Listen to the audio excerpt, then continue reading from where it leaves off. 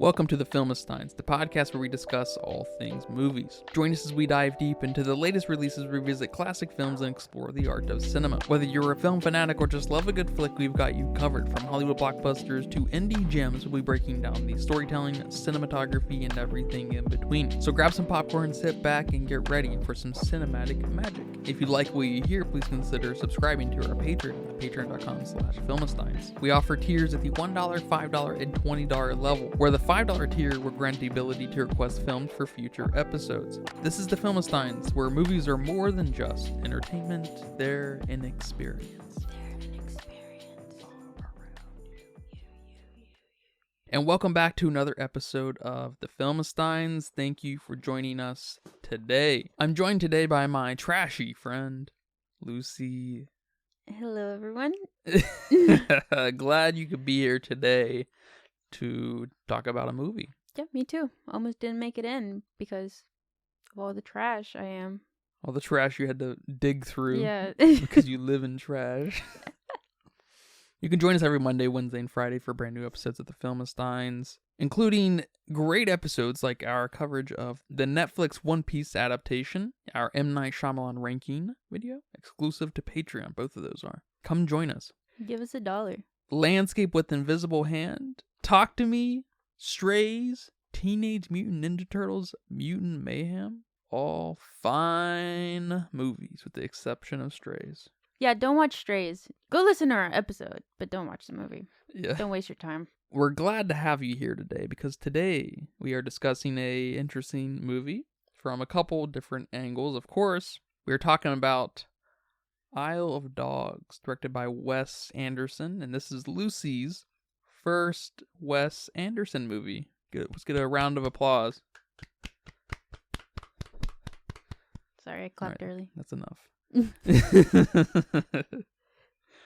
I'm very curious what you have to say about your first Wes Anderson movie. Not a great introduction into Wes Anderson. One, because it's stop motion. Most of his films are not.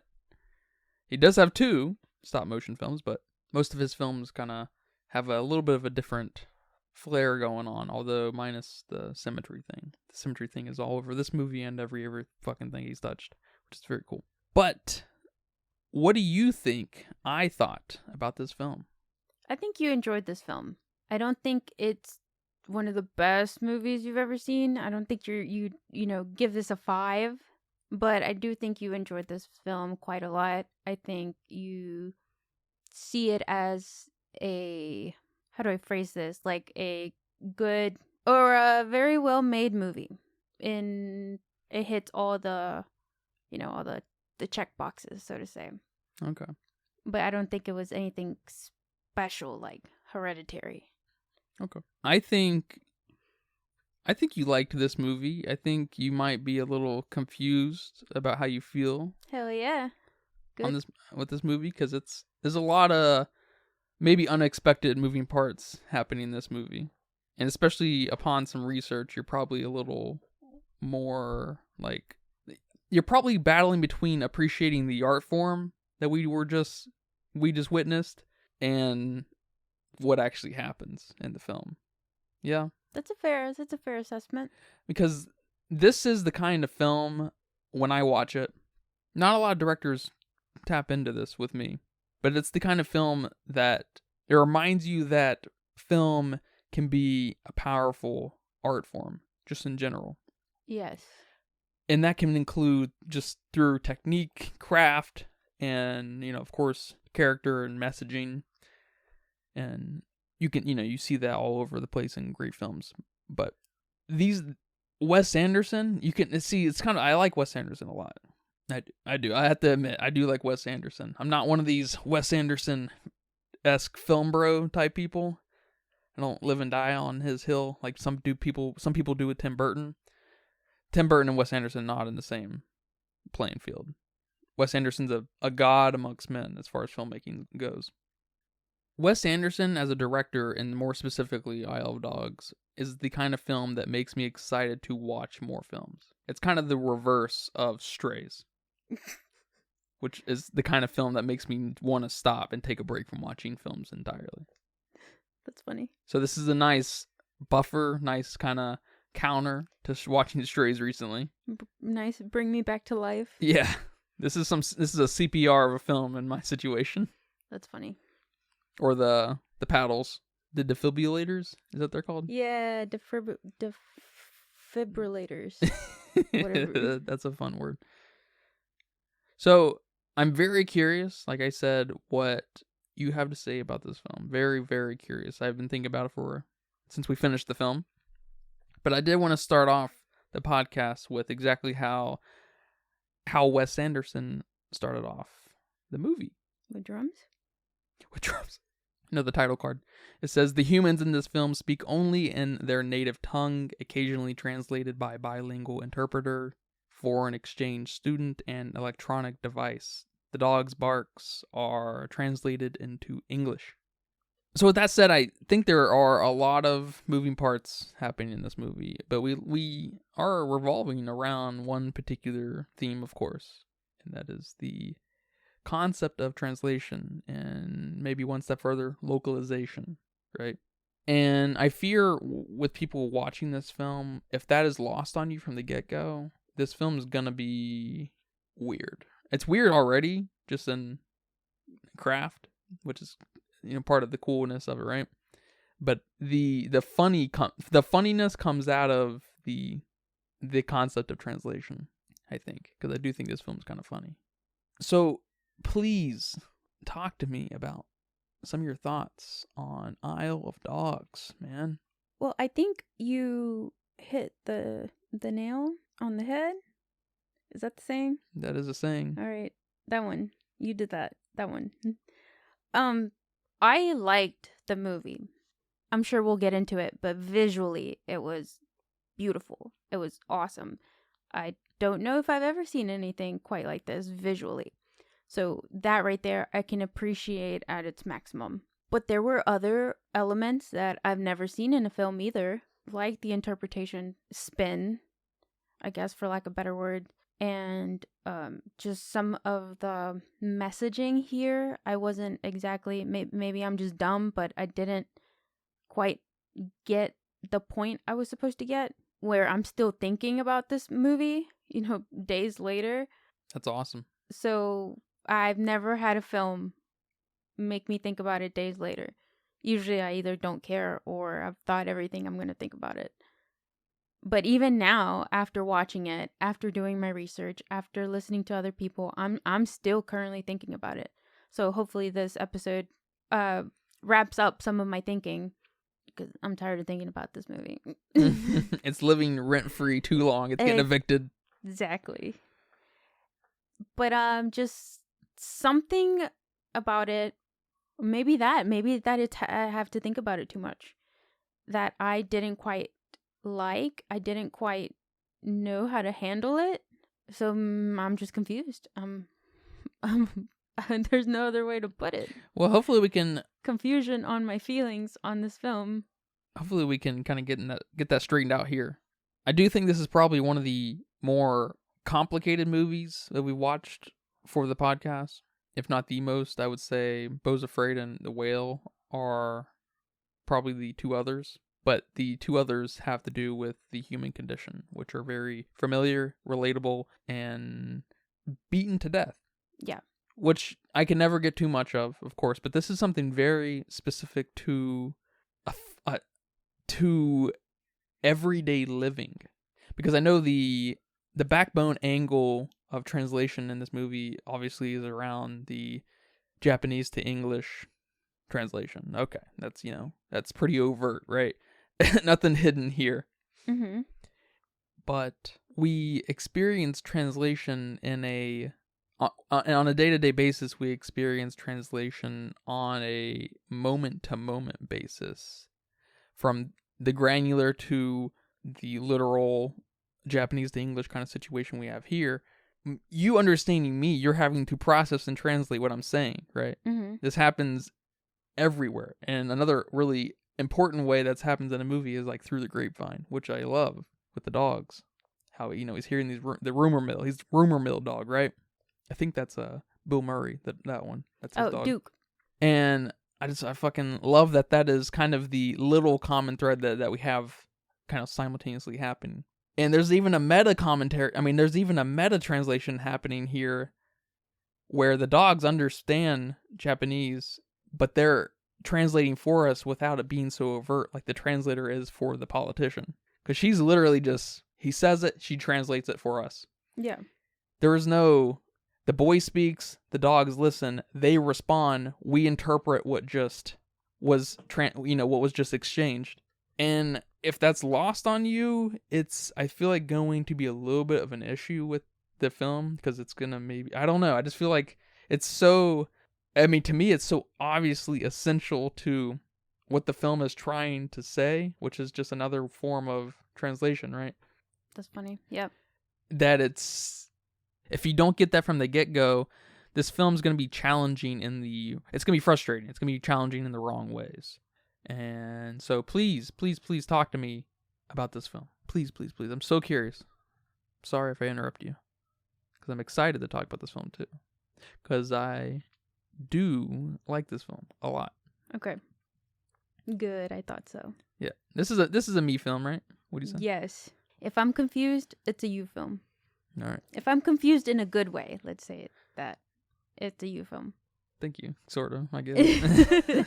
So I was a bit, I don't want to say lost or confused, but just thoughtful about what this film was trying to tell me. And I guess we'll talk a little bit more on the translation, but there was maybe a little bit too much here for me, like the translation thing, like the, what was he called? The mayor of Megasaki, him kind of being like, here's a law I'm going to pass just because I feel like it. And then we have Tracy, our foreign exchange student. And I know she wasn't put in here in this film for no reason, but I'm having trouble understanding why she's there. I'm really confused on why she's there. And then, we have this, like, dog is man's best friend. So there's a message there, with Atari going to go find his dog and risking everything because it's illegal, first of all. And just, there's just so much here that I like, I'm telling you, I feel so just kind of dumb trying to think about this film. No, I don't feel dumb. It's like, whoa, I am no longer watching this for entertainment whatsoever. Yeah, the entertaining part is just the pretty colors all of a sudden. So where do you want to start? Let's you brought it up. Let's start with the translation. Well, the translation is going to be the backbone of the entire conversation, probably. Okay. So somewhere more specific. Let's start with the death theme he kind of had going on here, but kind of teasing you with it, because no one really died. The only person that died was the scientist that got poisoned. But other than that, nobody else died, although it was teased throughout the whole film. And it was funny, but I think that's an important part of the death theme is... And this wasn't a happy film. It wasn't... No. I felt it was sad.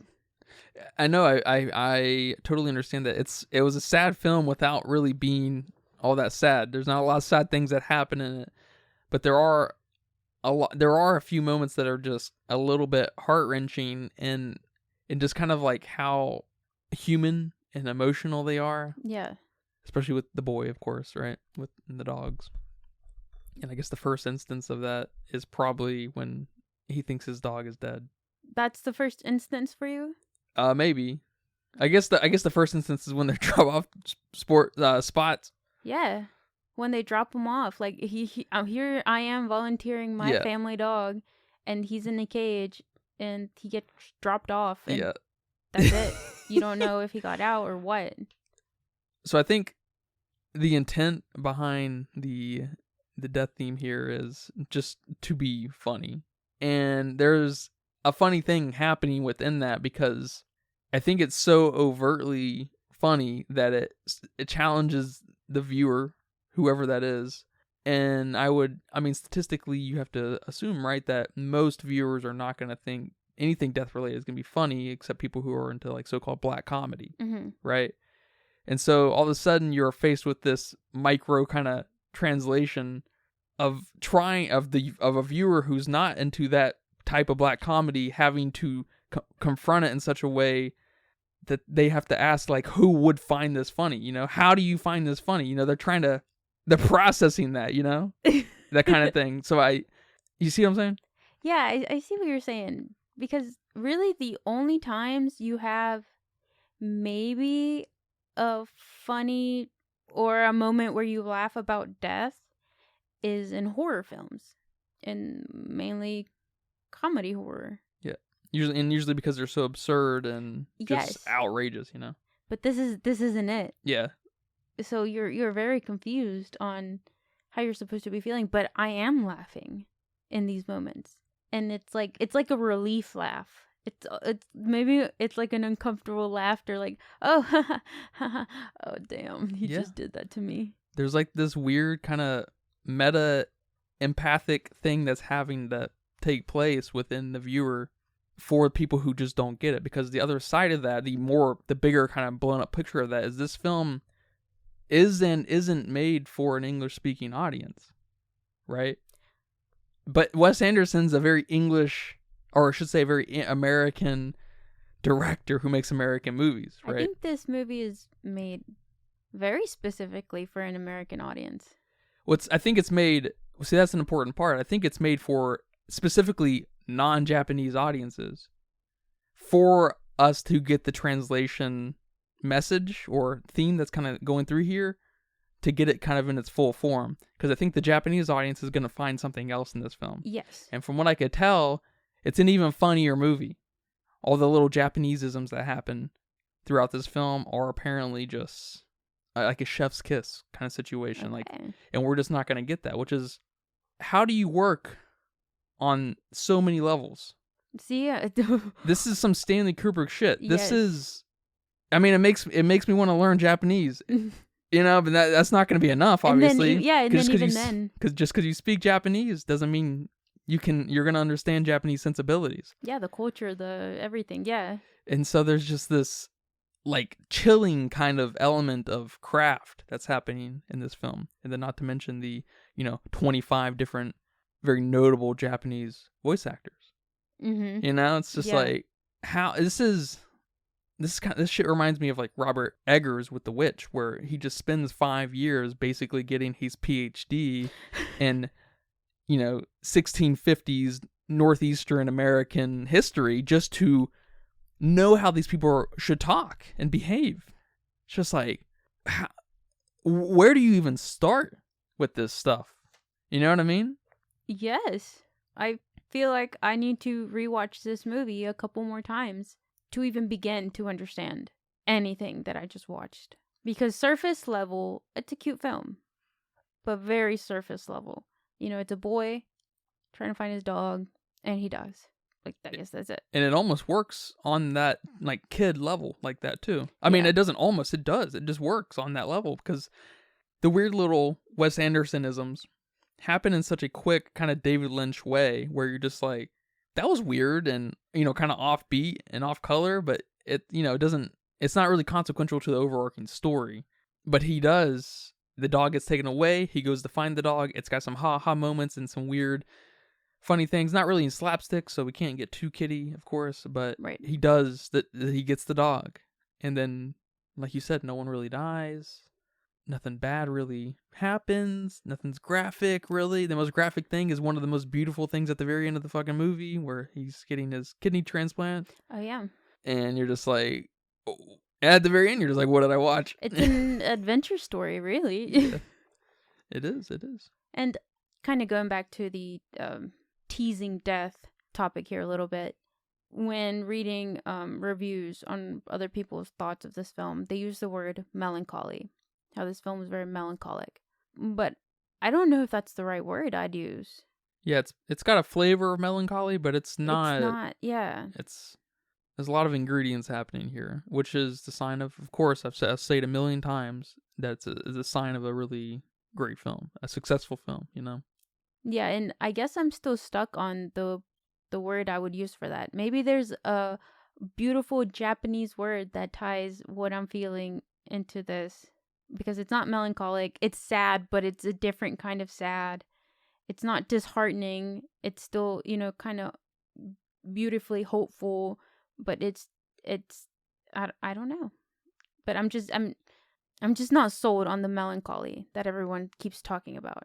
Yeah, it's a funny thing to say because melancholic films tend to be deep, I guess, in their own right, but it's a little shallow to say here, actually. Yes.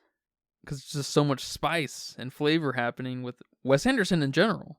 I can't wait for you to see some more Wes Anderson. I don't know stuff. if I'm ready for him. I've heard Wes Anderson be called all style and no substance. I think that if you don't pay enough attention, I can agree. Because initially, that was my first thought after the film. After, immediately we got to the credits, and I'm like, wow, this was a very beautiful movie, but I have no idea, the story was almost bland. But that was just, right after.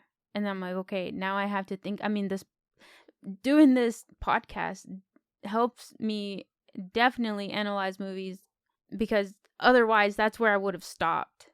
Like, wow, beautiful, but I wouldn't recommend this story to anybody. But now I have to think about what I just saw for more than 2 seconds, and I'm instantly amazed and confused, and it's like, holy shit, there's way more here than I would have liked. And it all comes back to that title card too. This is how you use a title card, Christopher Nolan. All right, we need to back up on whatever the fuck you're doing and take a note out of Wes Anderson's kind of craft. All right, you guys are both fine filmmakers. All right, he says it all in the beginning. Yes. As far as to what to focus in on, because like you said, the story's not really complicated. It can't be, because that's not what's the point here. It's not what's important. The translation, the localization, the disinformation, the gossip. Yes. That's what's important here. All right. That's why Tracy is an important figure here. It's important that she's white. It's important that she's from Ohio. All right. It's important that she's got this agenda that she knows nothing about. All right. She's misinformed. She's out of her league. I think it's important. I love that this film came out in 2018, somewhat at the height of misinformation, right? Not understanding that this film revolves around interpreting the socialisms of the world. Not even just language, but body language too, right? Especially with the dogs and Atari, right? We have no choice but to interpret his body language, right? We can interpret what he said through what the dog's response was, of course, too. Right. Just another lovely level of meta translation and interpretation, right? But I fear that with this kind of film, because it's not so overtly trying to say something like a David Lynch. It's not a great example, but no, like a David Lynch kind of thing. Like his movies are so strange that they're obviously saying something that if you just don't get on board with, you're not going to. We know there's something there, but you're just not mentally there to take it. Here, it's got such a beauty and craft and simple story, complete stem to stern, that you could feel like that's all there was. Mm-hmm. And that's why I kind of fear it, because you'll be missing something. I don't fear that with David Lynch at all, because I challenge you to try to dissect his films first. First of all, have a good luck. But it's obvious that something's kind of deeper there, right? It's not obvious here because it's kind of obfuscated by its simplicity. Yeah. Minus the symmetry. Jesus fucking Christ. How do you put symmetry in 95% of your film? Every single shot, every fucking thing is just like, it's sensation overload and how complete everything is. It's crazy. It's crazy. This is the kind of film that makes me want to watch just films, It's crazy. I wish more people appreciated Wes Anderson. I feel like he is a little bit underrepresented, underappreciated. You think so? His lovers are loud and colorful, but his films don't make money. And that's not, they make a little bit of money, I guess, but I feel like he needs to be a little bit more of a Christopher Nolan type. I feel like he should be revered as much as a Christopher Nolan, because I think he's much more important to the craft than someone even like Christopher Nolan. That's all I'm saying. Yeah. Because he is loved. He's a household name, but he's the kind of household name that you know his name, but you've never seen any of his movies, like Stanley Kubrick, like Francis Coppola. Yeah, you're right. Yeah, well, let's go back to Tracy, because again, I was confused on why she was there, because she wasn't essential. She was just a point. She was a little bit of a switch and bait, because she's supposed to come across as a white savior, or better, a little bit more politically correct today would be like a Western savior, right? White savior is all inclusive now. Like she could be black. What is a white savior? Yeah. A white savior is someone who goes to a far land that's kind of detached from, the Western world, the white world, and is there to save them from themselves, to show them what the good life looks like, to show them to good technology, interesting technology, to teach them better philosophy, to tell them that what they're doing is maybe not so right. Like people who go on mission trips? Oh, shots fired. Yeah, exactly. Isn't that what they're for? Yes and no. They're trying to spread. I think idealistically, aren't mission trip people trying to spread the word of like their God? I don't know. I thought mission people were there to help other people become more Western. Yeah, if that's true, yeah, they're all white saviors. And I don't know. I've never been to one. Never have experienced one. Haven't talked to anybody about one. Just I guess shit you see and hear in movies and your day to day, whatever. But I don't think they're there to convert people, right? They're just there to help. And if they get converted by maybe their message, then that's a plus. I think that is dependent upon the denomination. Oh, okay. So I think some have rules against it or not, but I'm not sure. Okay. So that's what she's there for. Yes. She's an important piece to this. Not to the movie, but to what Wes Anderson would know, I guess what would come, because he's a funny guy, obviously, right?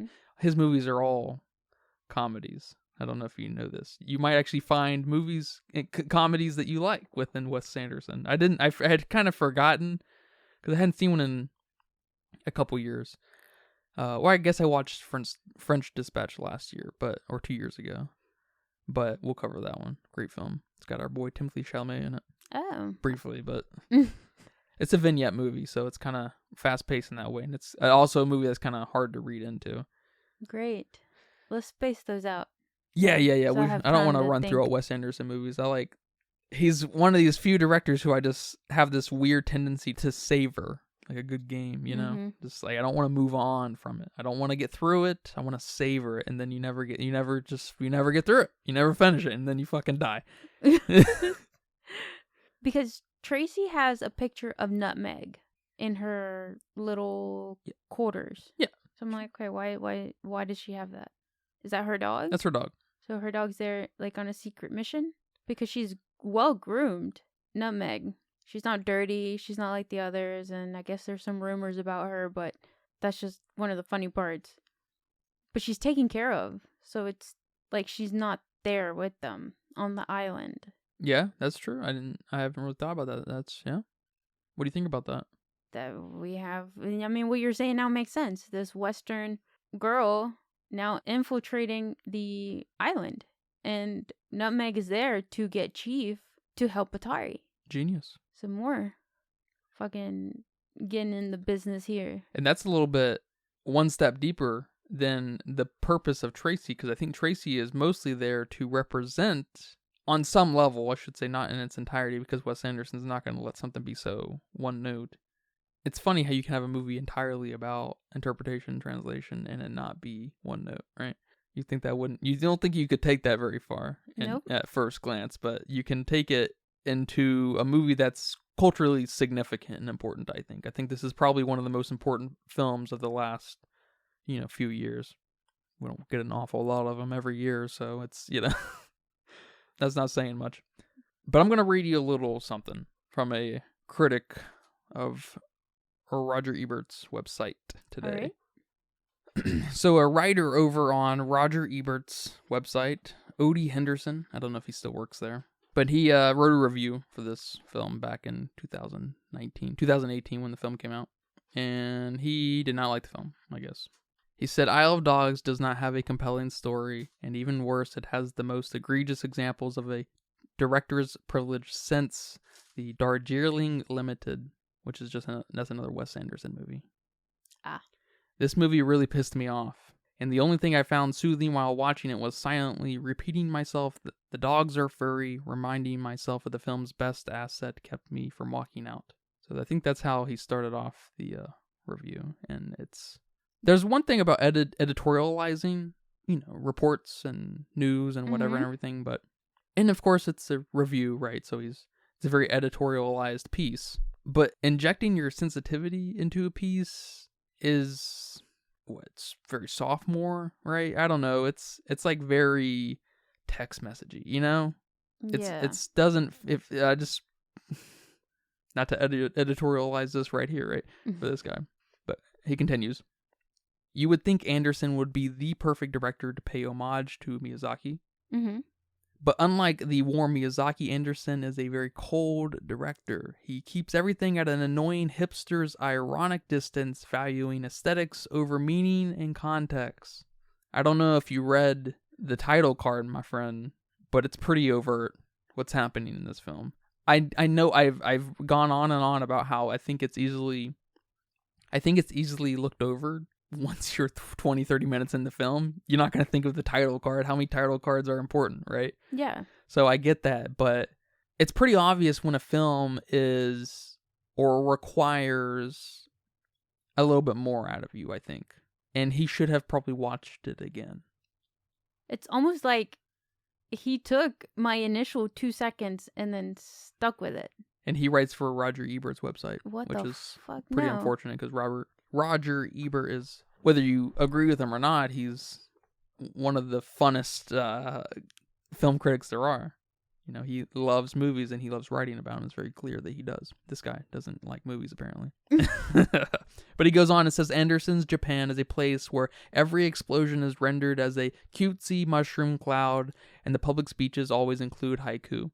I should say, in fairness of Odie, that these each quote I'm reading is separated by some information, but it's a lot of the same and him explaining the plot.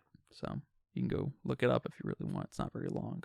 And then he says, Tracy is the only white person in Isle of Dogs, and she is the film's white savior, which you'll see lots of people say that who don't like this film.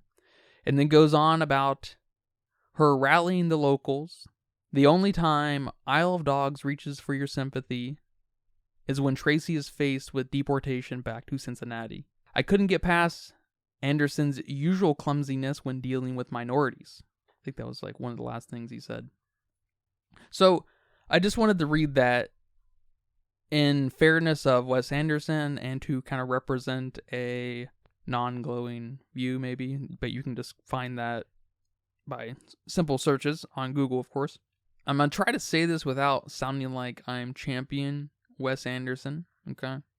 Okay. But our boy here, Wes Anderson, is I don't want to say exactly making fun of people like Odie, but basically making fun of Odie for trying to stand up for a thing, thinking that people don't understand what is happening, trying to play the white savior. Odie is trying to play the white savior here, saying that he went on to say things about how it's culturally insensitive and stuff, and and appropriated.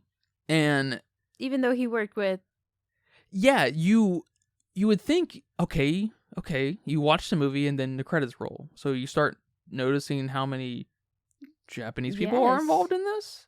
So that's not your first immediate clue. And you don't think, as a critic who gets paid to do this, I assume, unless this was his last gig, I'm not. Wouldn't you think you'd want to reach out to maybe a Japanese friend, Japanese critic, right? Someone who knows and is a little bit more familiar with Japan and their Japanisms, right? I know you said when you finished this movie, you were a little like, what the fuck? Mm-hmm. What the fuck mode, which can be good or bad, depending on the movie, right? Right. But my first thought was, what does a Japanese audience think about this film? That was my first thought. Because it's so overtly Japanese, made by a fucking American. Just like how when Ghost of Tsushima came out, I think at the forefront of a lot of people's minds, gamers' minds, was, what is the Japanese going to think about this? Because that's just, I don't know, maybe gamers are just a little more on the cutting edge of thought, even though they're annoying, right? They're quick to think, but they say annoying things, right? And a lot of Japanese creators, video game creators, came out and praised it out its ass. It was annoying how much they liked it, right? And it was made by a studio in, I want to say North Carolina. I think Sucker Punch is in North Carolina, but they might be in Santa Monica. So now I'm going to read to you a short excerpt of a different critic from The New Yorker. Okay. Their name is, I believe they're Japanese. Moko Fuji, maybe, of The New Yorker. Okay. You can go find them. Great article. And I'm just going to snap out of little things. So I'm going to snip out of little things like I did with Odie here. They say, Isle of Dogs is profoundly interested in the humor and fallibility of translation. Okay. Obvious if you read the title card and remembered it. I'm sorry you have to remember something in the film. I know it can be also annoying to have to like read the theme of like, all right, this is what this movie's about, you know. But obviously he didn't hold your hand enough. Wes Anderson didn't hold your hand enough. So I believe our writer here is talking about the translations, the scenes of translation with the politician in the big room. Yeah. I believe. But it applies to the whole movie that has any kind of Japanese to English translation. It says, to say the scene dehumanizes the Japanese is to assume the primacy of an English-speaking audience. Such logic replicates the very tyranny of language that Isle of Dogs attempts to erode. Yes. And how kind of funny it is. That's the best way to wrap up this movie in one sentence. A very simple sentence. I don't know how you want to cut it. You can cut it both ways. You can cut it you can cut it, translation is a funny thing, or just in general, language is a funny thing. And then that's what our friend from the New Yorker said. It's crazy how it's two very drastic articles. It's almost like they didn't watch the same movie. Yeah. Based on these reviews. And Odie here feels a lot like our character here, Tracy. Yeah. Speaking for the Japanese. Speaking for an audience that is misinformed. It's funny how it is funny. how that. I'm glad Odie had the balls to put something out like that. That's very cool. I'm glad Roger Ebert's website is all about representing the good, the bad, and the ugly. All voices. Yeah, of course. Because you don't see that a lot, right? You see mostly mid to glowing reviews, right? No one trashing on much, right? Mm-hmm. And this is the kind of movie you would generally see people just jerking off, right? Right. Yes. But there's a lot of nasty criticism out around this film because they think it's culturally insensitive and culturally appropriating. I don't understand that. I don't understand how people can think that. Well, I think the crux of it is that they think they're having this internal kind of axiom of choice happen in their mind that this film is made for me, you know, a non-Japanese speaker, a non-culturally Japanese person. Okay. And so why is it so overtly Japanese if it's made for me? But it's not. Yeah. I think that's a problem that people are kind of facing, and it's kind of exactly what we were talking about with having to empathize with different kind of comedies, flavors of comedies. Yes. A similar thing happened here, and you're having to place yourself in those positions of like it should put you in that place like what is going on here? Like it should make you a little more fascinated than maybe feel anything else. In that, what is maybe just in general, like what are other people experiencing with this film? You know, like this film's making me feel weird because it is working in a really interesting, strange way that I've never ever seen in a film. Mm-hmm. I know films deal with the translation thing and more importantly maybe the isolation thing in films, but it usually has to do with feeling alone in your life, and you can feel alone. You're a melancholic, kind of isolated, reserved person, and you put that person, American English speaker, for example, in Japan, and all of a sudden it's an interesting place for a drama, right? Because that sets up the potential to feel alone in more than one ways, right? Mm-hmm. Because you're out of your element, you're out of the place, you're out of your home, Your potentially, culture, your culture. You're not people don't speak the same kind of the English language, you. yeah. They might understand and speak some English, but it's not the same, you know. Right. And just for sake of argument, you don't know any Japanese, right? It pushes you further back in your mind. But here, where it's what I kind of just said a minute ago. Language is a funny thing, isn't it? Translation is a funny thing. You know that. You speak Spanish. You know how the translation thing gets lost. Yeah, all the time. All the time. And that's when we introduced the kind of concept of localization, right? We experienced that a lot with the video games, where Japaneseisms, Chineseisms, whatever, have to go through like this whole manufacturing process of being translated, yes, but being made to the point, being rewritten to the point that they make fucking sense where they're being sent, right? If that game's coming to America, the game needs to make sense over here, right? It can't just be the funny, whatever people find funny in Japan or not. If that's, they're trying to make a joke there, they need to kind of refigure out that joke for an American audience. That happens all the time. Yeah. And it's a who could have thought you could make a movie about that? Exactly that. So what are you thinking? Well, I think people that think like our boy Odie here didn't take 2 seconds to think about this film. They're culturally sensitive, I'll tell you that. And I wonder how this would have been received and how people would be talking about this movie if it would have been in another language. Spanish, Italian, French, I don't know, Portuguese, languages I don't know. Or more developing country. Would they be saying the same thing? Odie looks a lot like Tracy here, trying to stand up for an entire culture of people, I guess you could maybe expand it to. Yeah. It's odd. It's a good example of outrage culture. Is that feel about right? That feels about right. I mean, he says there's a clumsiness with minorities. What?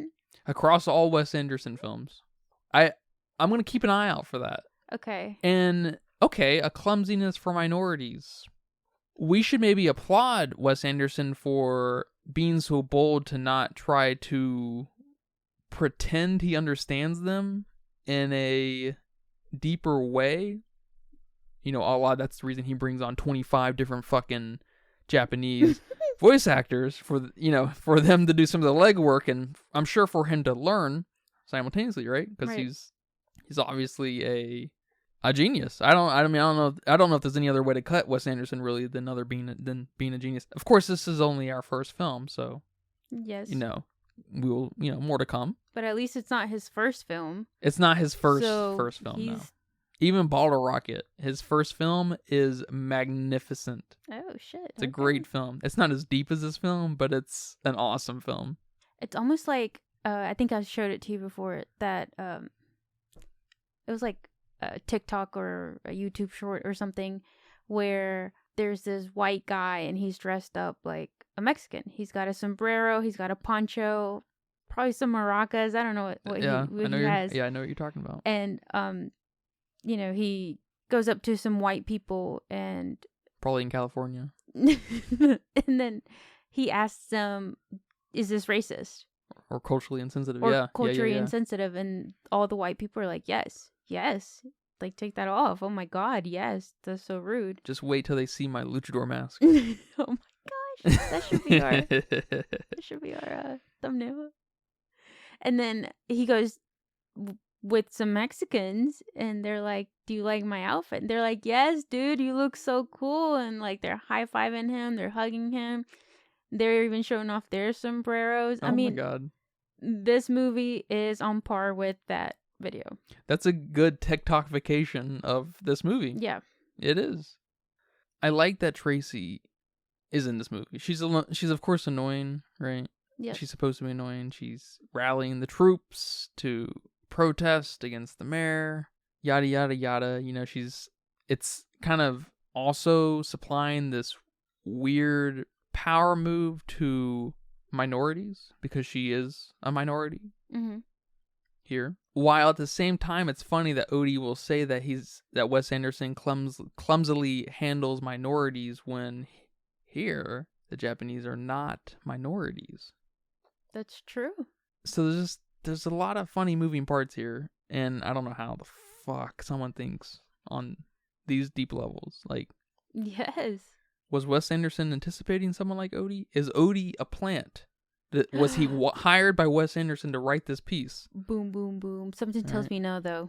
I'm telling you, that TikTok, that's them. They're the Odies of the world. Odie's from California, but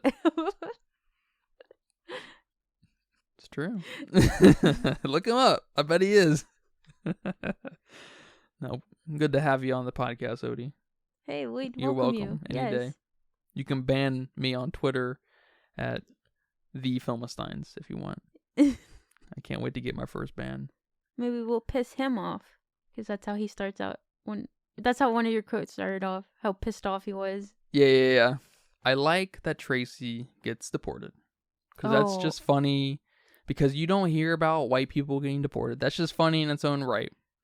But it shows an element of powerlessness here, that people who don't know what the fuck they're talking about, have. They're not powerful people, especially for people who are not committed to the cause in any serious way. Of course, we don't get a lot of background on her, but she sees the decree of sending these dogs away. She gets inspired. Her dog gets taken. She's inspired, but that's just it. She's just another hurt person, and she thinks she has this marginalized, powerful voice to propagate, and it's just noise. What were you gonna say though? I was gonna say that I absolutely love that she gets deported. Absolutely love it. It's hilarious. It's probably my second funniest bit here, and I love what you just said, that she basically has the audacity, to do something like this in a different country. Because when you're here in the U.S., and I can only speak for the Hispanics here in the U.S. that are here either illegally or on visas, like Tracy was here. You're keeping your head down. You're following the law. You're on the straight path. You're getting you're doing your taxes. And I hate when people say that illegals don't do their taxes, because they fucking do. So. And especially when you're like the new kid, like when you're new to the place and stuff, you don't have the balls. You don't do that. Like, it's not your element. You follow the straight and narrow, and the last thing you're gonna do is piss off the cops, let alone a mayor, let alone get into this politics shit. No, you're gonna keep your head down. You're here to work. You're here to do your shit. You're here to study. You're here to go to school. You're here to do whatever you're here to do, and not get involved in that. But Tracy here, aka our white people here, just have the audacity to do something like this. And it's hilarious. And then, remember, I quoted Odie saying that this is a moment of sympathy for her. Are you joking me? No. This is the funniest shit you'll ever see. It doesn't get any funnier than this. I laughed. I laughed out loud. It was something I rarely do in comedy films. It's just funny that this is a comedy, because it deserves respect, because other comedies just Yeah. But like I've said though, great movies transcend genre, Yes, they do. They do for sure. Well, thank you. I have placed why Tracy is here in this movie, because I couldn't. She's an important piece. She is very important. She's a little abrasive. She's played by Greta Gerwig, which they have feelings towards, right? I like Greta Gerwig. I'm a big fan of her work. I feel like she works kind of slow, but but whatever. I wish she made more movies, but it's a funny thing, and if you're not, she's coming at it from, Tracy's whole thing. She's okay. What's the translation angle in her? It's the misunderstanding of her situation, her position. It's the disinformation. It's Her whiteness. I'm kind of deadly curious. Don't worry, I'm not gonna kill anyone. That what a Japanese culturally infused person thinks about this film, preferably of 40 plus, 40 years older. I don't want any young people. Yeah, that's an interesting thought there. Me too. Now that Yeah. you said it, me too. Yeah. One of my favorite scenes in the movie, which I'm going to assume it's a lot of people's favorite scene, is where he's preparing that meal, the sushi, and at the end he puts that little wasabi poison thing to poison the scientist. You know which one I'm talking about? Yeah, why are food preparation scenes in movies and games so interesting? I know. And it's similar to the kidney transplant scene at the end. I don't know if you know this, but in games made in Japan, Japanese made games, these developers are obsessed with making the foods in the game look so cool. It's a very Japanese thing. Doesn't happen in any other game really, any other country. But Japanese developers are obsessed with making the descriptions of food, like the pictures or what they look like and the graphics, look awesome. I don't think I knew that, but I have seen you play games where it just looks beautiful. It was a Japanese game. Okay. I guarantee All it. But yeah, I absolutely love that. It almost reminded me of those like Pokemon videos that I think you showed them to me. Of them getting chopped up and getting prepared into food. It gave me those vibes here, and I loved it. It was very cool. It was very visually delicious. Yeah, and graphic. It was like, Yes. whoa, this is... He's chopping up a fish, chopping up a octopus. A crab, right? A crab. They were still alive. The crab was still alive. It was so graphic. It was awesome. It was so cool. I loved it. Yeah, that was an awesome scene. That was awesome. And there are a lot of very just...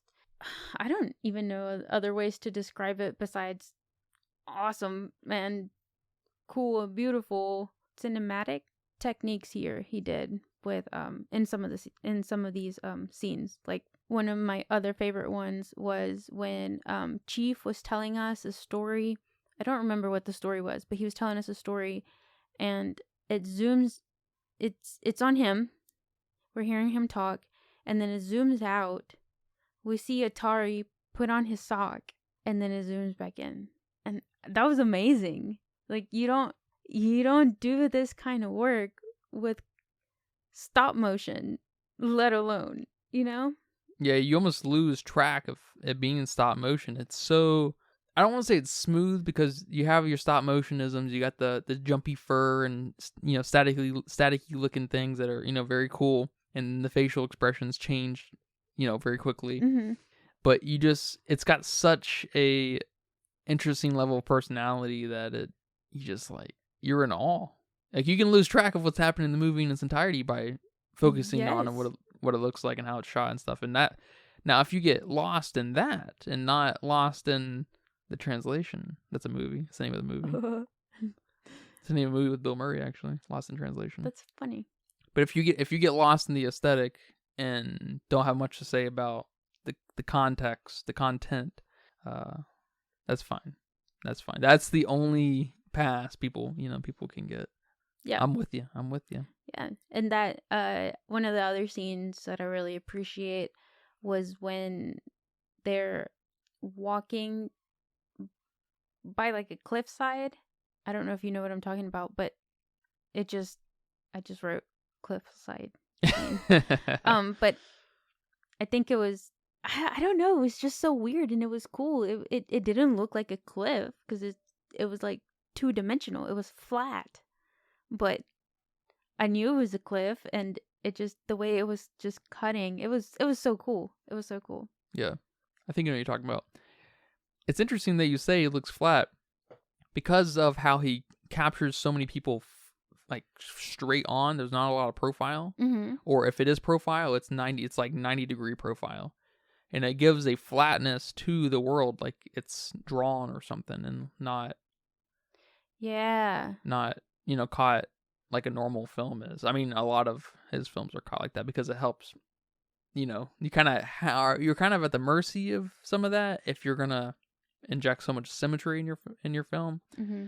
So, but it's cool. It's so Yeah. cool. Because the 90-degree thing, there was this one scene where Atari's talking, Yes. and then I guess someone talks to him on another one of on his right side or something, and he just turns 90-degree, and the camera's like turning with him. Mm-hmm.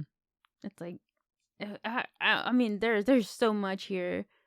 Yeah, they're like, I think it's the two main dogs, or his dog, Chief, and him sitting in like a triangle, and then Spots and him are talking, and then the camera looks at him, and then the camera looks at Atari, and then the camera turns with Atari, so the conversation is now just between him and Chief, and not between the three of them. Yes.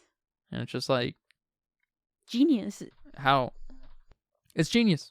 It really is. It begs the question of why you don't see this more in normal live action films, because this is, at the end of the day, not to say animated films of any sort are lesser, but you'd think these things would be more obvious to capture in a live action film, But they're not, obviously. We would see it much more. Yeah, I don't know what the problem is here. Maybe people don't want to give him credit. Yeah. And take something from him. Maybe it has something to say about some of the Japaneseisms in the filmmaking itself. Maybe that kind of transition of dialogue, conversation is Japanese. I know he's very inspired by Miyazaki, of course. And who? And Akira Kurosawa. Which we haven't watched any of Akira Kurosawa films yet. We will get to them, of course. Of course.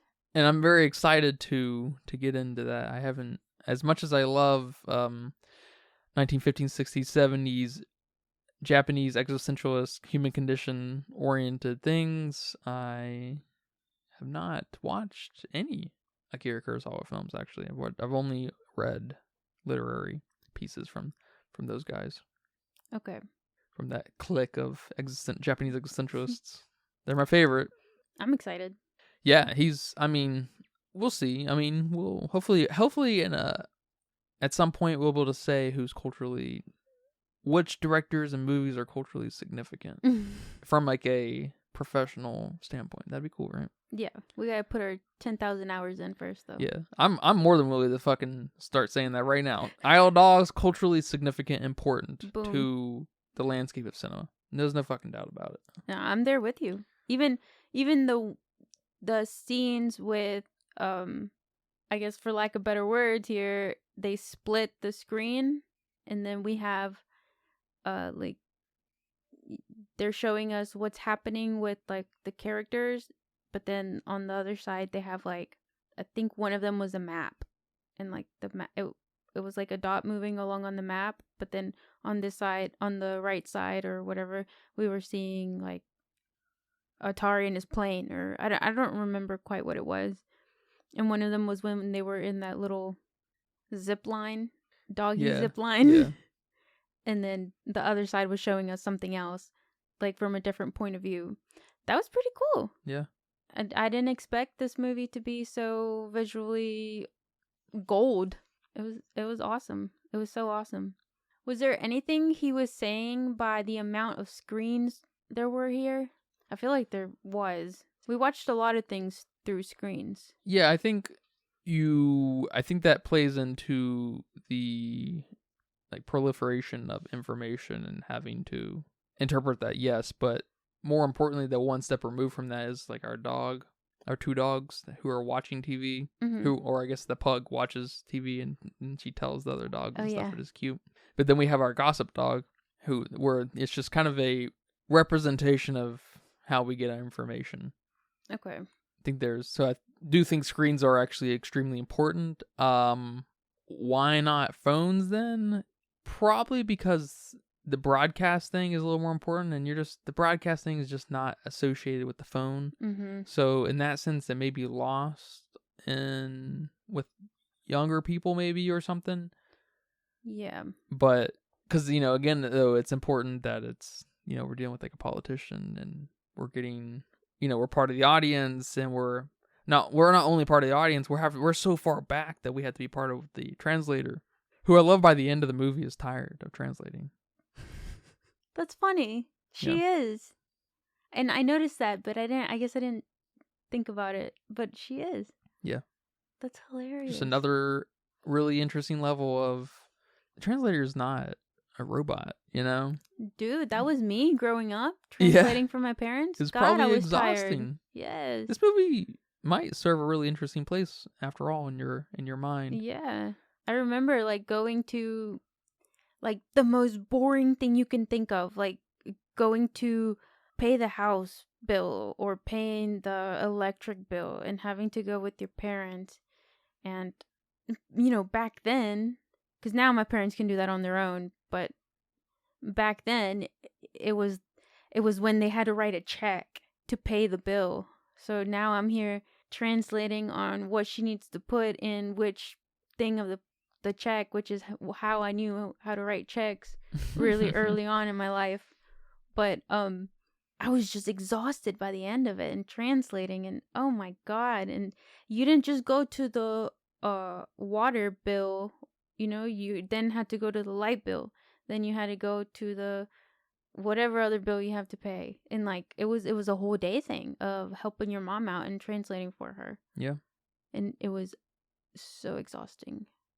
And that's why our girl here at the end of the day, she's played by, I think her name is Frances McDonald. She's the lead in Fargo. Remember Fargo? Mm-hmm. Yeah. Cool movie, right? I kind of liked it, Yeah. actually. Oh, it's a great movie. Yeah. It's a great movie. Might have to rewatch that. She was in that movie I was watching, Blood Simple, I think it's called. You like woke up when I was watching it, and you're like, or I don't know, you started watching and you're like, this is pretty good. What are you watching? I was like, shit, now I gotta rewatch it, I guess. But that's an even funnier level because English speakers in this case and Japanese speakers aren't necessarily gonna even be able to empathize with that, because just because they speak English or Japanese or whatever doesn't mean they are familiar with the translating part of it, That's and true. how tiring that can be. That's true. Right? That's So true. and I did read that the English parts of this film are whatever the primary languages of whatever country it's being shown in. Okay, so in Spanish, in Mexico, it's the Spanish. English parts are in Spanish, and the in Japanese. Japan, it's Japanese. That's a good question. They're probably English. I don't know though. That's an interesting question. I didn't think about that. If it's in Japanese and then everything else is kept in Japanese. See, that's maybe the important part, is it doesn't matter for them, because this movie is arguably primarily a Japanese film on one side of the coin, right? For a particular message. Obviously for us, for the people, for the translation message part of the film, we it's important that we don't know Japanese, actually. Right. So people who know English and Japanese either watch a non-English one, so you can kind of at least get half the message. I guess. I'm curious. I'm gonna have to look that up, see if it is. I would be willing to bet it's English. English and Japanese. Yeah. The Japanese version is English and Japanese. Yeah. I'd be willing to bet. One thing that, okay, well, there were a lot of things I didn't get, but one thing I didn't get that's probably not as important, I hope, it's when we have this little kind of flirting scene between Chief and Nutmeg. And at the end there, he says something about, like, she's got papers. And then she says, like, don't worry, baby, I'm full grown. And I'm like, what did that mean? What did all that happen? I got everything up until when they said that. He was like, oh, some you got papers. And then she's like, don't worry, baby, I'm full grown. Did you notice that? Yeah, I remember that. Let me think about that. Because when a dog has papers, that means it's like purebred. And you can show that to other purebred dogs so your doggies can make other purebred doggies. But I know in, Spanish culture and probably everywhere else, but just, I only speak of what I know here, what I can relate to. When you got papers, that means you're a U.S. citizen. Like when you're here in the U.S. and you say I got papers, you're a U.S. citizen. Yeah, everybody knows that. So, Even I'm saying is like, do Japanese people say that, or like do other, other countries, yeah. other countries say that when they come here? Well, I know Mexico is a haven for a lot of South American people. Does it happen from that direction too? I don't think so. Not quite like it does here. Okay. So maybe it's a very American thing. Maybe. I don't know. Because I guess I kind of took it as, it's hard to know, but I definitely took it as she can make her own decisions. Okay. Kind of thing. So I guess the papers thing might imply in the other direction that she's got papers, so she's like, her masters or whatever are strict. She lives she's expected to only reproduce with herself, kind of thing. Okay, I see what She's you're saying. nah, son. I make my own decisions. We can have babies. You Yeah, don't need fuck to have your them. papers. Fuck them. Yeah. Okay, That's okay. That's kind of funny. That's kind of what I was thinking. That's good. I like that. Now that I get it. Because you don't see any romance here in this film besides that quick little flirting here, and then when Tracy says, like, damn it, I think I got a crush on you, when she's looking at Atari's picture, and then she says that just like real quick, which is funny. Again, I don't know if that had to say about, I don't know, American films always been about love, the forced love Sure, thing. no, I it don't might know. be. It might be. I do know the end there where Atari says something about Tracy being beautiful or attractive young girl or whatever. Oh, that's right. That's a mistranslation, an intentional mistranslation of, yes, it literally translates to an attractive girl or whatever, everything, but it's a respectful way of saying so.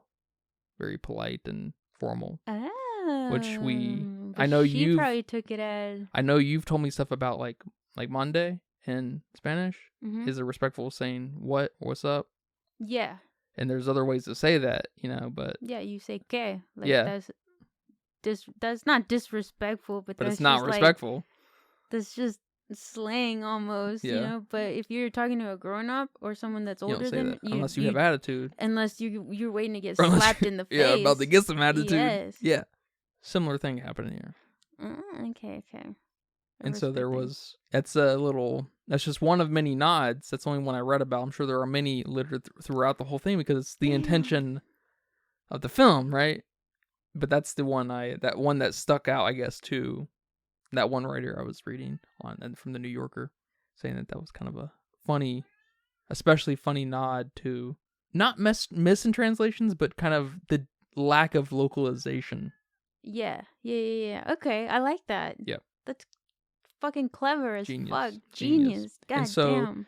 And so the Tracy thing being like, oh my God, I have a crush on you, is probably working on multiple levels because it's a setup for that for us, right? Specifically, but also probably a little bit of what you're saying where there's, what did you say? Did you say fickleness? No, well, yeah, it's fickleness, but that like American films focus on love. Yeah. Even when they try to fucking force it. Yeah.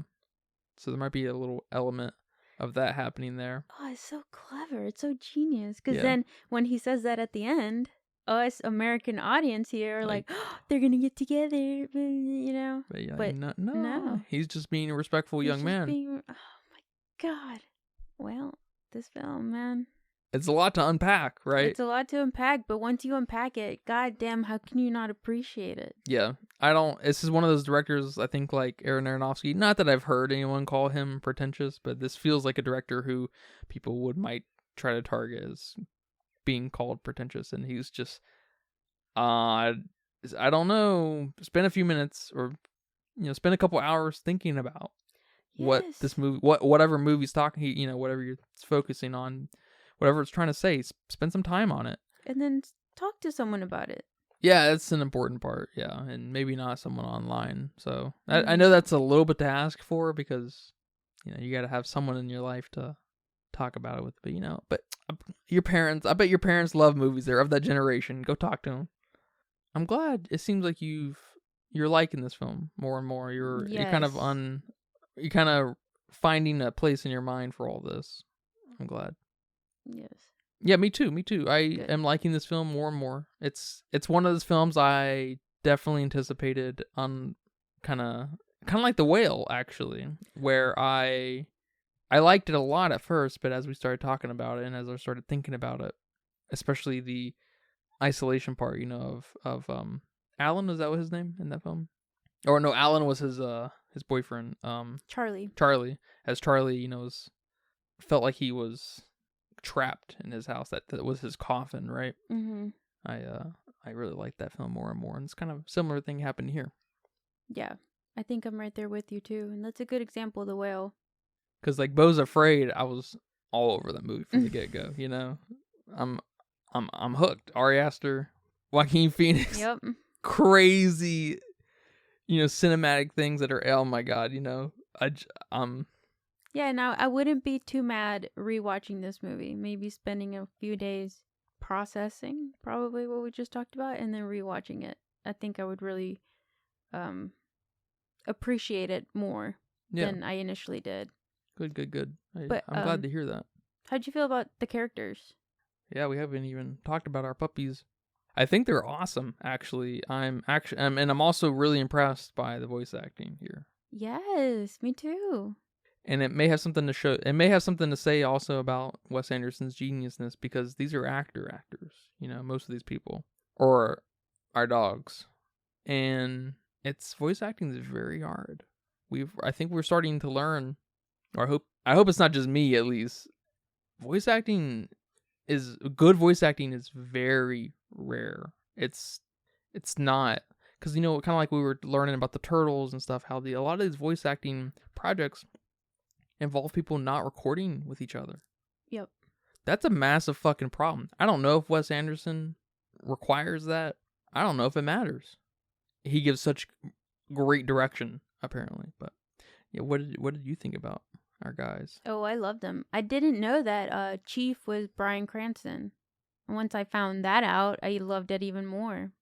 Of course, he was my favorite, and everyone else did a great job. I loved the just good chemistry these dogs had. This little pack with Chief, Rex, Duke, who is it, Boss, and King. And I love that each one had their own personality. Duke here was our gossip dog. He was the gray dog. He was the one that I guess I noticed the most, maybe because he was my second favorite. And just his tail was kind of curled. Mm-hmm. I don't know why, or if It's just the breed, I'm sure. Or what's there, but I just love that he was a gossip. And then you have, was he also the actor dog? Actor dog? Yeah, he performed for the puppy treat commercials or something. No, that was King. Okay. So King was the actor dog. I think he was probably like the weakest in the group. King. Who's he played by? Bob Balaban. Okay. And then you have Rex, who's the wannabe leader of the pack, but he's not the leader, But it's just so funny. It's so funny that they all have so much character and personality. Yeah. Even our side dogs have personality too. Like all the random dogs throughout the movie, especially the cult dogs at the end that Spot. Mm-hmm. Spot or Spots? Spots. The Spots hangs out with, the cannibals. I know, that was awesome, wasn't it? That was so funny. And then they were offended. Yes. And you know what that is? Another form of disinformation. Yep, we see that there. We see that with, Nutmeg not really having hooked up with Luke or whatever his name was. That's actually the only two I can think of. But I'm sure there's a lot of the gossip that Duke spread here that's probably misinformation. But yeah, nice touch here. How did you feel about the actual stop motion? Well, I don't know if you know it or not. I think you might. I'm not sure. You'd have to tell me. I'm a fan of stop motion in general. I like the aesthetic that comes with it. Mm-hmm.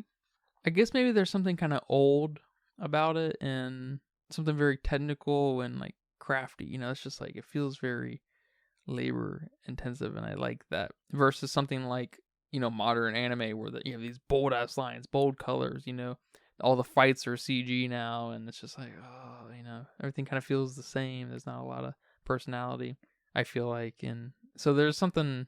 This is kind of like the last harbinger of like something that's just there's no way you can make this. There's no way you can gentrify this or kind of vanillify it. Mm-hmm. So I kind of have a deep love for it. Don't see it very often, of course, but I do like it. Yeah, I'm right there with you. It's just so creative. And yeah, it's an element of, wow, you did that? Like this? Wow.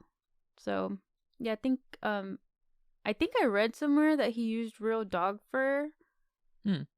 But that and I don't know what they're called, the people that move the figures, sculptors, I think, around. Okay.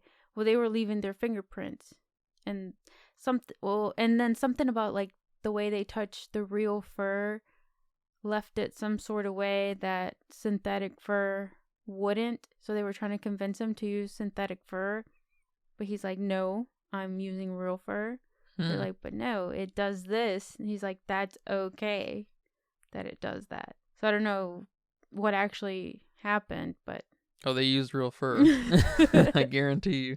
Yeah, people in the bet it's probably not. What do they say? Roses and daisies or whatever. Mm-hmm. Working with Wes Anderson. Is that in that? I don't know. Something like that. But yeah, okay. Yeah, I'm sure it's not when you're in the grind of it. I'm sure he's not fun to work for. Yeah. But I'm sure at the end of the day, literally at the end of the day, you hanging out and I'm sure he's a great hangout kind of person and fun to talk to and stuff in that way. But yeah, the grind I bet you is pretty intense with Wes Anderson, especially with how cheap his films are normally. Mm-hmm. He stretches his money, I think. Oh shit. Take that with a grain of salt. I'm not too familiar with Wes Anderson, but I get the feeling based off of just very quick glances. Okay. That feels like I don't know about this film. I haven't looked yet. Yeah, but the animation is basically unmatched, with the exception of Guillermo del Toro of his recent Pinocchio movie. And I mean, there's a handful of other, of course. That film, Mad God, that's got pretty crazy stop motion going on too. That stop motion almost feels like a crazy version of Adult Swim stop motion. What did you think about the soundtrack? Oh my gosh, that was awesome. I wasn't too sure in the beginning of how I felt about it, but then it just got better and better. I really liked how they incorporated the whistling that he did, and then I guess Chief started doing it too, and it was great. Yeah, I don't really have a big musical dictionary, but I think this soundtrack is maybe the best thing about the movie. I think this soundtrack is probably one of the best things to ever be in a movie. I think this is among the cream of the crop, man. I think this soundtrack is 10 out of 10. I think this soundtrack is, again, I'm not super musically inclined, but I do think this soundtrack is pretty easily, I think, among the greatest soundtracks ever out of a movie. I think it's awesome. Couldn't fucking believe my ears. Yeah. When some of these beats hit, I was like, what the fuck? I was just like, what the fuck is going on right now? And most of the time, the sound, you either have to remember, like, oh, what was the sound like? Or maybe you have to look it up or rewatch it or something. But when the sound, or you ignore it because it wasn't the worst, but it wasn't the best. It was just there. But when you're thinking about the sound and it sparks something in you every time you hear something in the film, that you did a great job. Again, I'm like you, I don't really know much about music besides that I listen to it a lot, but it's a whole nother beast though. Yes. Yeah. We're trying to do movies here. not music. Exactly. So. But yeah, movie soundtracks rarely ever stick out to me. Video game soundtracks is a different beast because there are so many good video game soundtracks. There's a lot of them because a lot of them are orchestral, and they're just kind of inherently very cool and ambitious and loud and fun or whatever. But Yeah, and I mean, you have your movies with your iconic soundtracks, of course, like Harry Potter. Oh well, yeah, Jurassic Park. So of course, name the other ones too. Indiana Jones. I don't think that one's as iconic, but that's just me. That's just personal. Damn, and Star Wars, of course. Again. Yeah, we've never seen the original 3. Those were all done by the same guy. Oh. John Williams. Good job, John Williams. Isn't that wild? I mean, if you're good, you're good, right? I mean, yeah. That's true. And of course, you have musicals, which I'm a fan of. So, but that's different. Totally. And then you have soundscapes. David Lynch is real into the soundscape, the noises of a scene of life or whatever in a movie that kind of build out the soundtrack and have like a natural kind of harmony and rhythm in them. Is that like the dun dun of Jaws? Is that a soundscape? No, that's just part of the soundtrack. That's part of the soundtrack? That's a soundtrack? Yeah. Oh, okay. Yeah. Yeah, soundscape would be like the hum of some industry manufacturing plant behind you that's kind of making the scene a little more intense than it would be without it. That's soundscape. Ah, got it. Yeah. That's a whole nother thing. One at a time. One at a time. We'll start another podcast on music in a few years. Oh God. All right. And the first album we'll cover is the Michael Jackson Thriller album. All right. Sound good? Sounds good with me. Well, man, do you have any final thoughts for me? We went No final thoughts. Go watch this. Go get cultured. Sorry, I wasn't cultured. Now I'm slightly, very, very slightly cultured. Ever more so, yeah. Ever more and so. if you have the resources, if you have that online Japanese friend, that you can watch it with or you can discuss the movie with, do so. We don't all have that privilege, but if you do, man, you got to take advantage of it because there's probably something really cool to happen in that, that because you can read about it, but it'd be cool if you could have that friend pause every time, like, that's funny because of this, be like, wow, I would have, how the fuck, what? That's not even funny, but that's funny in Japan. That's not funny here. That doesn't, and it just, because it just doesn't localize properly. Yeah. And it goes both ways, of course. And just spend some time thinking about what you're watching. Don't go based off your first feelings, your first assumptions. That is the best advice. That's me almost every time. That's the best advice right there, really. Yeah, man. Well, thank you for watching this film with me. Oh, you're welcome. So how'd you feel about the poster? Well, let me go ahead and just finish off Wes Anderson here. All right. If you know what I'm saying. I mean, he's enjoying this. The poster's awesome. The poster is perfect. I like all the wordage. I like how the Isle of Dogs is inside the kanji, and it's just cool. It's so fucking cool. What do you think? Yeah. I like the, symmetry thing he keeps following here. The colors, I love this red against the white, against the yellow and the black. Like it just flows very well. And I like that Spots isn't here. I like that because this is the gang and Atari's adventure story. I really like that. Yeah, I like how the that brown dog is peeking around.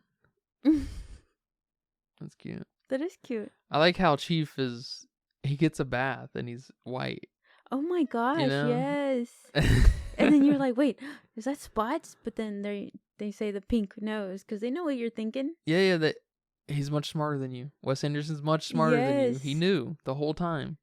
God, because I was thinking it from the beginning, but I didn't want to say it because I just knew that I mean, I haven't seen all of Wes Anderson stuff. I've seen a few, but I know he knows how to make a film. He knows how to not manipulate his audience, but to kind of subvert their expectations. He's a tease. He's a genius. Yeah, no, great poster. Love the wordage. It's awesome. It's just awesome. Just like the film. Did he make this poster? I'd be willing to fucking bet he did. Well, man, do you have a budget prediction for me? This is an interesting one. Yes, this was very hard. I went 75 million, but hear me out. I just based it off of Chicken Run, which I know that's not probably the best thing to do, but Chicken Run was like what, 40, 45? Yeah, something like that. But that was also, in the early 2000s, and this is 2018. So I bumped it up to 75 million. It's a lot of money. But it's Wes Anderson and 2018. And it's true, and he worked with Fox. And Fox and stop motion. But then you said, oh, he really knows how to spend his money, and I'm like, fuck. Well, it says here that it was about 35 million. Holy shit, no way. Yes. What? 35? That's what I'm saying. Those are long days with Wes Anderson. Shit, did he even feed them? I know. No crafty. No morning donuts there. It's funny. Yeah, it says here that it grossed about 64.2 million. So I'm willing to bet that it made some money there. Because I don't think advertisement is a priority in Wes Anderson's world. It's pretty cheap, isn't it? That's hella cheap. Oh my god. And is that a lot? Is 60? What'd you say? 68? 64. 64? Is that I mean, I know it kind of doubled. It's not a lot, but it's definitely very respectable for sure. Especially about double, with some kind of consideration of advertisement, which Wes Anderson's not really about. I think his most advertised film was probably Mr. Fantastic Fox. I think that's the name of it. Fantastic Mr. Fox. Fantastic Mr. Fox. Okay. Either that or the French Dispatch. And I only say that about the French Dispatch because it got delayed for like a year. And so it had a weird kind of PR cycle, I think. Maybe not, but so I'd be willing to bet there's not a big advertisement fee here for him. So I think there's a good bit of money made here. It's not like Insidious, cost $10-15 million or less, and they end up making almost 200. You're just like, what the fuck, dude? That's insanity. That's insanity. This is respectable and potentially very good for the people who worked on it, because I don't believe the production team wasn't, 500 people. Oh, I think there were 20 sculptors, and probably I have no idea about editing and stuff, and then your voice actors and stuff, and so I would assume a team of less than 100 people. So these people are, they made probably standard rates, but someone's rolling in the dough a little bit from this movie, probably helping fund the next movie, because I'd be willing to bet Wes Anderson is a major funder of his films. Mm-hmm. Wouldn't be surprised. Yeah. I also wouldn't be surprised if whatever state he lives in also plays a big role in giving grants and stuff. Oh. Because of his cultural significance. That's cool. Yeah. Yeah, and honestly, this movie doesn't look like run to the movies to go watch it. Yeah, of course. And I think my mom was watching it at some point in my life, and I walked by her watching it, and I kind of stopped and looked at it for like maybe 20 seconds, and I'm like, what is she watching now? This looks boring. And then I left. But in reality, your mom has good taste. In reality, she's got good taste. Which is surprising, because at least half the movies we've covered, she has seen way before I have ever even I even knew these things were a thing. It's just funny because that's my mom. No, I get that. That is funny. Well, man, do you have a game for me? Yes. Whoa, shit. I was not expecting this. And today's game is just rapid fire. So okay. Thank God. All right. Ready? Set. Chief or Spots? Chief. All right. Japanese or Korean? Korean. Korean. Yep. I'm going Japanese there. Duke's gossip or Rex's voting system? Yeah, I like the voting system. It's cute, isn't it? It's so cute. Because we didn't talk about that, but he was so... So insecure. Well, Chief was so, like, antagonistic, or, like, just, you know, how he is, that he just didn't stand a chance, you know? He just always got outvoted. It's just... it's so funny and cute. Yeah. But the gossip. The gossip, okay. Yeah, it was funny when he's like, all right, who votes that Chief has to do this? And they're like, I. Yeah. And Chief's like, that's not even fair. Yeah. Oh, that he has to fight the robot dog. Yeah. That was funny. Yeah, I'm going with his voting system. Well, but both were super adorable. Yeah. All right, Trash Island or Megasaki City? I guess Megasaki City. No Trash Island? Mm-mm. Me too. Domesticated or Stray? Domesticated. Domesticated? Not Stray? Not Stray. I'm going Stray. Last one. Atari or NES? Atari or NES? Mhm. Oh. Aha. NES. NES. Yeah, Ataris are... I challenge you to find 5 good games on an Atari system. Any of them. Any of the Atari systems. That's funny. You're going to find maybe 2. Maybe 2. Pac-Man and Galaga. And maybe Dig Dug, I guess. I don't fucking know. Yeah, I don't know. I don't know either. My dad likes Dig Dug, though. I guess Asteroid or whatever. Not Asteroid, Yeah, no, Asteroid. I guess I wanted to say one more thing, or ask one more thing. What did you think about the ending where the mayor donated his kidney? That was a pretty emotional scene. I think that was probably the most emotional scene, if not Yes. the only, really. Oh my gosh, there's so much we didn't talk about. Because before that, I wasn't sure on what made the mayor change his mind to let the dogs back. It was just like a sudden heartfelt thing with his nephew. I don't know, but that was cute. That was cute that he changed his mind and now he's going to give his nephew a kidney. Like, whoa, that escalated quickly, but I liked it. It almost made me... It shows, like, the fickleness, I think, in human nature, and that it almost made me believe that there was kind of a misunderstanding happening here through either politicians to civilian kind of talk or from the translator herself. And so it took this antagonist and kind of remolded him into a human being, you know? Yeah. By just a flip of a switch, basically. And it happened as quick as it happened on screen, really. Through his, sympathy towards Atari and, understanding the degree of danger he put himself through to save, his best friend. And to find a new best friend in the process, Mm-hmm.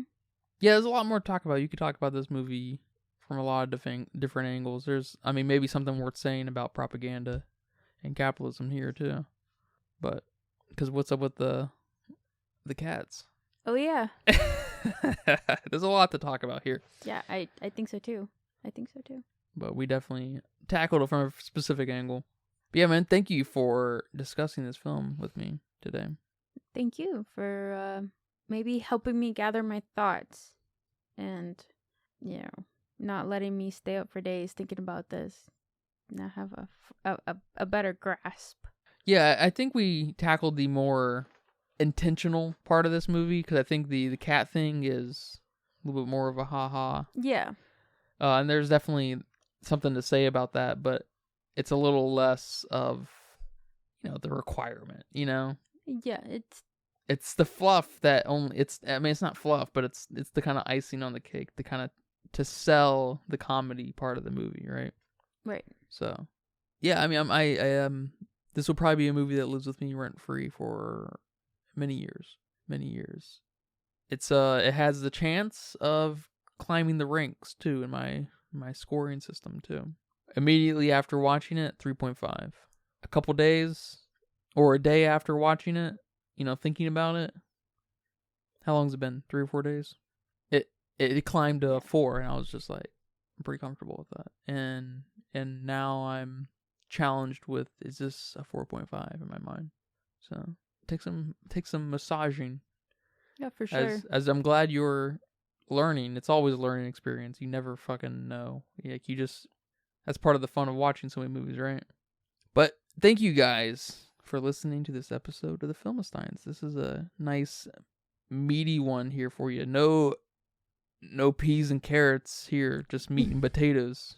You know what I'm saying? Meat and potatoes. Nice and hearty. Hope you had fun listening to this, and hopefully we unlocked an interest. Maybe go watch the film if you haven't already. Of course you should, probably before you watch this. But this is not really a spoilery movie. You can't really be spoiled what this movie is. Surprise, he finds spots, I guess. Surprise, it's not dead, I guess. I don't know. But yeah, thank you guys for listening to this episode. You can catch us every Monday, Wednesday, and Friday for new episodes of the Filmistines. We can't wait for the next one. Until next time, take care. Bye-bye. Bye-bye. And that's a wrap for today's episode of the Filmistines. Thanks for tuning in and joining us on our cinematic journey. We hope you enjoyed our discussion and gained some new insights and perspectives on the world of movies. Don't forget to subscribe to our podcast on your favorite platform, especially Patreon at patreon.com/Filmistines, and follow us on social media for more film-related content. We love hearing from our listeners, so if you have any feedback, suggestions, movie recommendations, or book recommendations, please feel free to reach out to us. Until next time, keep watching and keep loving the magic of movies. This is the Filmistines, signing off.